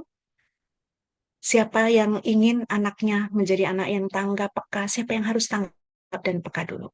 Dan kita akan bisa memperbaiki dengan bagus sekali lagi kalau diawali dengan memperbaiki diri dan penerimaan sepenuh hati dengan ridho Allah Subhanahu wa taala, senantiasa berpikir solusi dan melakukan yang terbaik untuk putri kita. Tabarakallah wa ma'anajah. Jazakumullah ustazah. Kami kembalikan ke forum. Alhamdulillah syukran. Albiru manitako. Nasrubinallah wa fakun khorib. Wassalamualaikum warahmatullahi wabarakatuh. Waalaikumsalam Waalaikumsalam warahmatullahi warahmatullahi wabarakatuh. wabarakatuh. Saya stop share. Nggih. Baik, terima kasih kami sampaikan kepada Ustazah Sriati atas pemaparan materi yang Masya Allah sangat menarik sekali dan tentu sangat bermanfaat juga. Banyak sekali wawasan yang telah kita peroleh hari ini mengenai pentingnya mempersiapkan mental generasi putri agar mampu menghadapi berbagai tantangan di era modern ini. Selanjutnya kita akan memasuki sesi tanya jawab dan diskusi. Bagi ayah, bunda, dan kakak yang ingin mengajukan pertanyaan, silahkan bisa menuliskan pertanyaannya melalui kolom chat dengan format nama, asal, dan juga pertanyaannya. Baik, silahkan jika ada pertanyaan.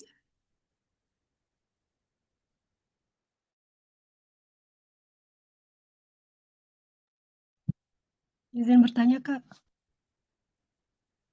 Baik, silahkan. Begini Kak, izin bertanya, ada 3 pertanyaan ya Kak, yang aku mau tanyain. Pertama, bagaimana cara kita sebagai orang tua ya, untuk bagaimana cara menghilangkan trauma yang dialami seorang anak dari pola asuh orang tuanya, mungkin itu Kak. Kemudian yang kedua, bagaimana cara orang tua mengetahui apakah anak itu memiliki trauma masa kecil atau tidak begitu Kak. Bagaimana Kak, bisa diulang pertanyaan yang kedua? Bagaimana cara orang tua mengetahui apakah anaknya memiliki trauma di masa kecilnya atau tidak begitu Kak? Terima kasih. Baik, ada lagi pertanyaannya?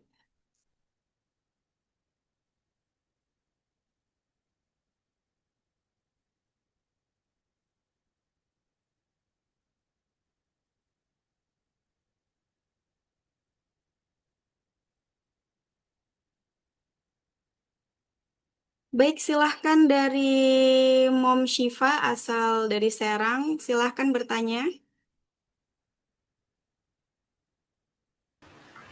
Assalamualaikum Ustazah. Izin bertanya, Waalaikumsalam. jika di dalam rumah kita sudah maksimal ya menggunakan tools yang ada, bagaimana caranya agar putri kita tetap memiliki pertahanan yang kuat di luar, di tengah gempuran dari kiri kanan atas bawah, kita kan tidak bisa apa? Tidak bisa mengawasi kalau untuk sudah sampai keluar gitu. Itu saja mungkin Ustazah. Terima kasih. Assalamualaikum. Baik, terima kasih. Waalaikumsalam.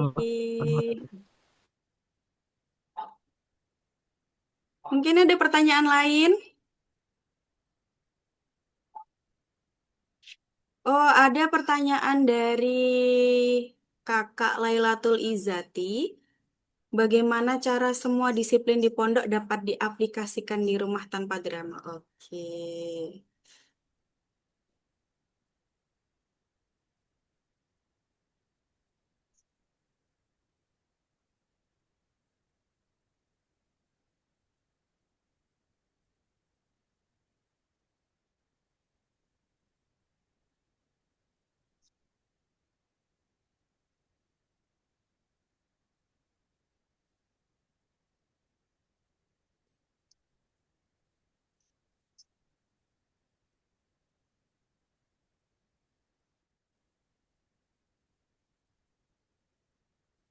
Baik, terima kasih atas pertanyaannya. Mari kita simak langsung tanggapan dari narasumber kita.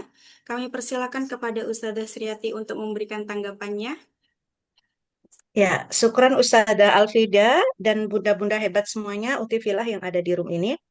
Ustazah, penanya pertama tadi siapa Ustazah namanya? Dari Kak Libya Satila.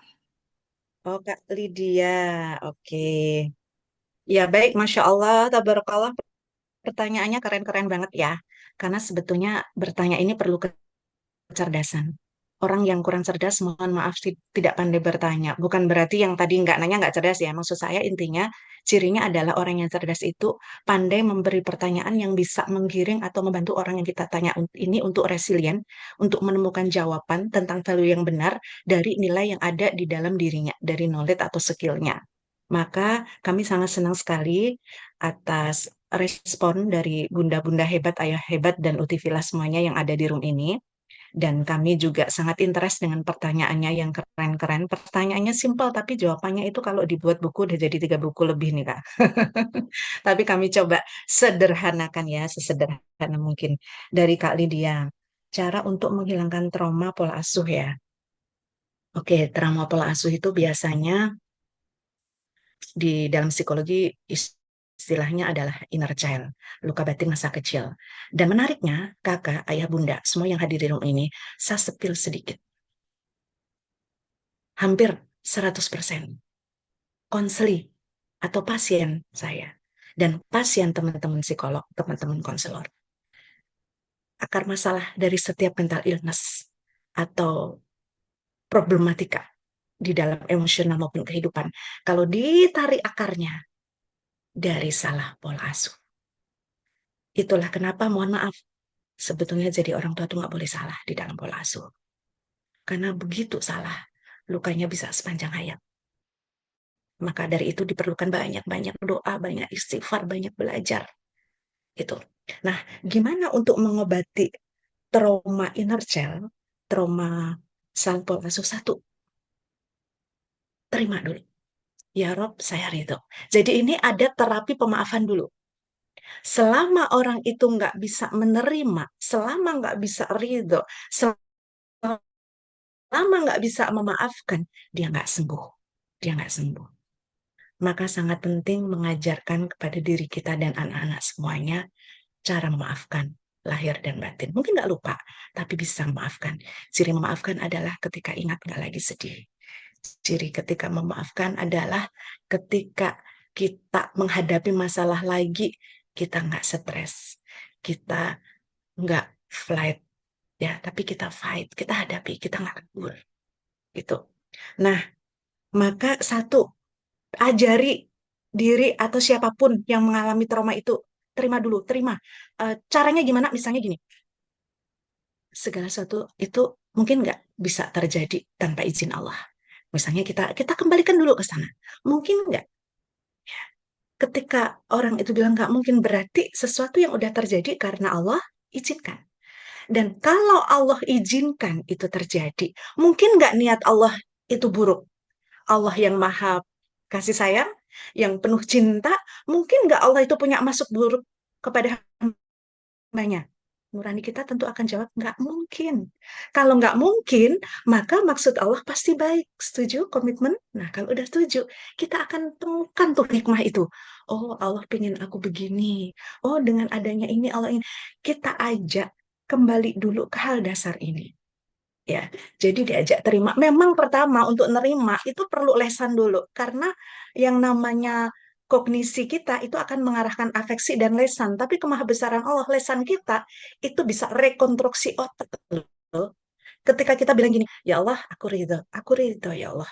Aku ridho ya Allah, aku ridho ya Allah. Padahal sebetulnya belum ridho. Dengan kita bilang berulang-ulang, Allah akan tuh emosi yang tadinya sedih ke pelan-pelan ke stabil, lama-lama ke tentram, lama-lama ke bahagia itu. Jadi lakukan terapi pemaafan. Ajak untuk diskusi, berbincang, kemudian beri intervensi perilaku. Jadi kalau ke psikolog itu ada bantuan berupa perilaku yang dilakukan untuk mengoptimalkan emosional kembali ke kondisi positif itu. Nah, diajak ke sana terapi pemaafan, ridho, tidak berhenti di situ karena itu nilainya belum 100%. Akan menjadi 100% dengan action. Ya, jadi misalnya habis bilang gini, ya Allah, aku ridho. Ya Allah, aku terima. Ya Allah, aku ridho. Habis itu, Alhamdulillahirabbil alamin. Diulang beberapa kali.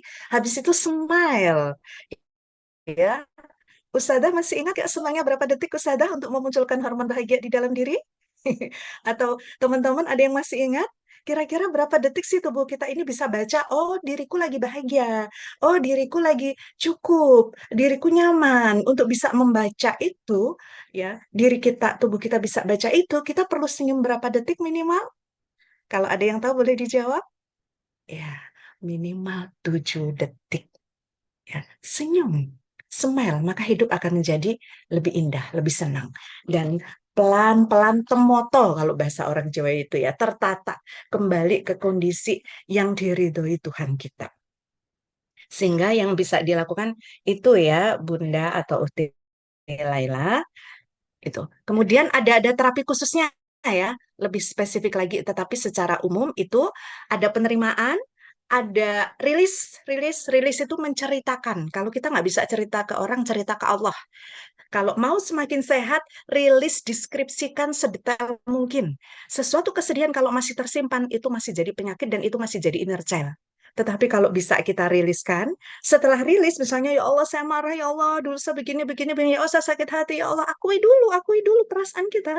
Saya marah, saya tersinggung, saya kesal, sebut. Habis itu terakhir, ya Allah saya maaf ibu saya ya Allah, maafkan beliau ya Allah, ibu saya niatnya baik ya Allah. Misalkan kita di antara cara terapinya begitu, tetapi banyak sekali cara dan setiap person ini berbeda ya, sesuai dengan kondisi person masing-masing. Intinya terima, maafkan, kemudian melakukan kebaikan. Ini akan menguatkan. Itu selanjutnya cara orang tua tahu anak punya trauma ya, satu kondisi jiwanya nggak stabil. Itu anak-anak yang punya trauma. Misalkan nih, tadinya fine fine aja, tadinya dia tahu value tentang kesabaran, tiba-tiba membentak-bentak misalnya. Atau dia lagi tersinggung, tiba-tiba banting pintu misalkan. Nah, ciri trauma itu ketidakstabilan dan perubahan gejolak atau emosional yang sangat fluktuatif sekali itu. Dan ini juga bisa kita lihat dari observasi ya, untuk tahu ini kondisi-kondisi yang tidak stabil itu menunjukkan adanya ketidakberesan, adanya ketidaknyamanan di situ. Dan trauma itu bisa disembuhkan ketika menyadari ya, mau sembuh, mengakui mau sembuh dan mau mengganti sesuatu. Misalnya mohon maaf, ada orang yang traumatik kena pornografi nggak sengaja, misalnya kok bisa nggak sengaja, misalnya pinjam HP ibunya, ada itunya misalnya. Nah gimana, nah ketika sadar minta maaf dulu, misalnya ya Allah maafkan saya, minta maaf, dihapus tuh. Kemudian apa, ajak nonton film-film edukasi misalnya. Kalau tadi itu pornonya ekstrim, ajak nonton edukasi yang edukasi banget, misalnya kayak gitu. Jadi intinya mengganti keburukan dengan kebaikan. Itu ya. Kemudian Mom Siva, di rumah sudah maksimal ya agar anak kuat, tapi di luar gimana dong? Betul sekali Mom Siva ya. Hampir setiap orang tua memiliki kegelisahan yang sama terhadap kondisi yang emang dia nggak bisa kontrol gitu ya. Nah, Mom, indahnya di dalam Islam, indahnya ajarkan Tuhan kita adalah kita fokus pada apa yang bisa kita kontrol. Fokus pada apa yang menjadi job desk kita. Jadi job desk kita yang bisa kita usahakan adalah maksimal berperan yang terbaik sebagai ibu, sebagai istri. Yang kita nggak mampu, yang kita nggak punya kekuatan untuk kontrol di sana, doa, kuat doanya. Ya, perkuat value-nya, perkuat perbuatan baiknya, perkuat istighfarnya. Ya, karena di antara kekuatan yang dahsyat adalah kekuatan doa dan kekuatan dari amal soleh, dari amal jariah. Maka perkuatlah kita mendekatkan diri kepada Tuhan dan memperbagus kualitas diri kita di sisi Allah dan juga di sisi manusia. maka minimal Allah lihat usaha kita, gitu ya. Allah lihat usaha kita. Itu yang Mom Sifa ya. Jadi kita perkuat doa kita, zikir kita perkuat value-nya, kita bangun yang lebih bagus lagi, yang bukan di luar kemampuan kita relakan, kita doakan, gitu. Kemudian untuk Bunda Laila ya, atau Uhti Laila ya, bagaimana disiplin pondok bisa diaplikasi di rumah tanpa drama? Oh, keren banget ini. Itulah kenapa kalau anak-anak pulang, biasanya kalau anak pribadi kebetulan anak-anak 4 mondok semua. Jadi kalau hari-hari yang di rumah bukan anak sendiri, anak orang. Yang tiap hari datang ke rumah pagi, pada subuh, siang, ataupun malam itu anak orang. Nah, ini alhamdulillah ngumpul semua nih. Nah, maka yang dilakukan apa biasanya, anak akan membuat komitmen dengan suami. Kita apain anak-anak ini, kita beri bentuk kegiatan apa, dan akan sangat bagus ketika kita membuat kesepakatan bersama anak-anak. Jadi begitu anak-anak pulang, kita kumpulkan di forum, kita ajak diskusi. Jangan lupa ya, untuk komunikasi berkualitas ada cara simple yang insya Allah sangat padat sekali, sangat excellent ya, dalam membangun kualitas komunikasi. Di dalam berkomunikasi, andai kita cuma punya waktu 3 menit, maka pastikan satu, utarakan dulu isi hatinya. Jujur dulu, utarakan isi hati. Jadi misalnya gini, Bunda senang sekali, sekarang anak-anak di rumah senang. Atau kalau kita lagi marah atau kecewa dengan anak kita, kita bilang, ya Allah Bunda sedih loh kalau kakak nggak disiplin. Ya Allah Bunda sedih loh kalau kakak terlambat sholat misalnya. Sampaikan isi hati kita, tapi jangan kita gini, kok kakak telat sih? Itu kedengarannya judgment, kedengarannya menuduh.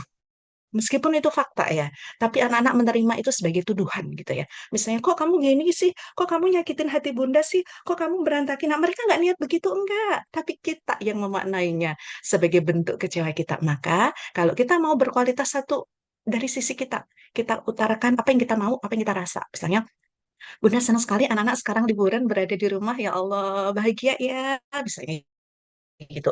Yang kedua, yuk supaya kita meskipun di rumah tapi tetap mendapatkan keberkahan dan ridho Allah, kita nyusun jadwal yuk sama-sama. Misalkan nyusun jadwal yang TTD seluruh keluarga, ada Umi, Abi, saudaranya, Masya Allah. Itu bisa dicoba dan insya Allah itu akan jadi komitmen yang indah dan gak akan mereka lupakan sebagai bagian dari bonding dan bagian dari pembentukan value dan karakter. Itu. Jadi biar tanpa drama, lakukan itu di awal. Itu kalau di sekolah, di ma'had, itu bisa namanya ini Ustazah, pijakan awal atau kontrak belajar atau kesepakatan kelas. Nah, kita di rumah kita juga mesti punya itu. Nah, apalagi saya baca, mohon maaf ya, di data masuk itu, di antara masalah selain LDR itu kan ada namanya kecanduan gadget nih. Nah, ya, Bunda, mohon maaf ya, di antara ciri kecanduan itu adalah ketika gadgetnya diminta tantrum, marah-marah, atau berbohong, atau dia melakukan segala cara untuk bisa main HP atau pegang HP misalnya. Kalau seperti itu berarti emang ciri-ciri dari kecanduan udah muncul. Tetapi seandainya anak kita pinjam, tapi kita minta masih oke, nggak marah, nggak tantrum, itu belum. Jangan bilang anak kita kecanduan ya. Seperti itu, kecuali seperti yang saya sebutkan tadi. Maka ketika pulang itu dikumpulin, diajak berkomit, dan diantaranya saya pesan ya ayah bunda, sampaikan ke anak-anak sayang, ini gadget punyanya Umi Abi, HP punyanya ayah dan ibu, mama dan papa. Jadi kalian cuman kami pinjemi untuk belajar. Sewaktu-waktu mama papa minta, yang namanya dipinjemi tentunya rela dengan senang hati dong. Sehingga nggak ada cerita anak HP diminta marah tuh nggak ada. Anak nggak merasa bahwa ini punya saya, enggak. Ya, sehingga lebih mudah kontrolnya, kita bisa terus cek dan kita pastikan yang mereka tonton itu baik-baik dan kita evaluasi gitu ya. Jadi buat komitmen bersama, tulis, ada tanda tangannya di situ, kesepakatan bersama, dan pastikan ketika berbicara itu di situasi yang menyenangkan, karena ketika anak-anak senang, happy itu mudah masuk. Tetapi ketika mereka sedih, mereka kecewa itu susah.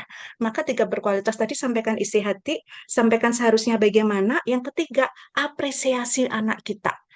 Reward, jangan sampai kita muji tapi tiap hari negur dia, itu sakit anak-anak babak belur. Kita rasa kita yang benar, padahal bagi mereka ibu jahat banget misalnya. Makanya banyak anak pulang kembali ke ma'had itu sakit. Banyak sekali habis liburan, itu ada anak mental illness, yang nyakitin siapa coba? Yang bully siapa coba? Tentunya ayah bunda nggak menginginkan seperti itu. Tapi kadang ke miss-miss itulah yang menjadikan situasi sama. Ayah bunda mohon maaf, hampir semua anak itu punya inner child, punya anak kecil, dan mungkin ayah bunda juga mengalami itu. Nah, maka bantulah anak-anak kita untuk resilient, ya, untuk bisa mencintai diri orang lain dan tentu saja diawali dengan mencintai Tuhannya dengan benar dan baik. Itu. Syukuran Ustazah. Afan, saya kembalikan ke forum.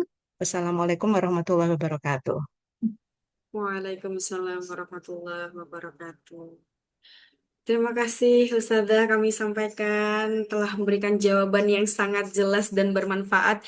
Semoga teman-teman, ayah bunda, kakak-kakak mendapatkan jawaban dari pertanyaan masing-masing. Baiklah ayah bunda dan kakak-kakak, dari pemaparan materi yang telah disampaikan oleh narasumber, kita dapat mengambil beberapa poin penting, di antaranya pentingnya membangun komunikasi yang baik antara orang tua dan anak untuk membangun bonding dan kedekatan-kedekatan yang baik atau hubungan yang berkualitas antara anak dan orang tua. Kemudian peran keluarga, lingkungan, dan pendidikan sangat besar dalam membentuk karakter serta kepercayaan diri seorang anak, apalagi perempuan. Kemudian generasi putri perlu dibekali dengan nilai-nilai agama yang baik, cinta dan kasih sayang dari orang tua, dari lingkungan sekitar, agar mampu menghadapi berbagai tantangan zaman tanpa kehilangan jati dirinya. Semoga ilmu dan wawasan yang telah kita peroleh hari ini dapat kita terapkan dalam kehidupan sehari-hari. Baiklah ayah bunda dan kakak Villa, tidak terasa kita telah sampai di penghujung acara webinar pada hari ini. Kami mengucapkan banyak terima kasih kepada narasumber atas ilmu yang telah diberikan, pengalaman dan juga inspirasi yang telah dibagikan kepada kita semua. Terima kasih juga kepada ayah bunda dan kakak-kakak yang telah mengikuti kegiatan hari ini dengan penuh antusias dari awal hingga akhir. Semoga kegiatan ini memberikan manfaat dan menjadi langkah awal bagi kita semua dalam mempersiapkan generasi putri yang memiliki mental yang kuat, karakter yang baik, serta mampu menghadapi tantangan zaman. Baik, apabila selama saya memandu terdapat kata-kata yang kurang berkenan, saya mohon maaf yang sebesar-besarnya. Akhir kata, wassalamualaikum warahmatullahi wabarakatuh.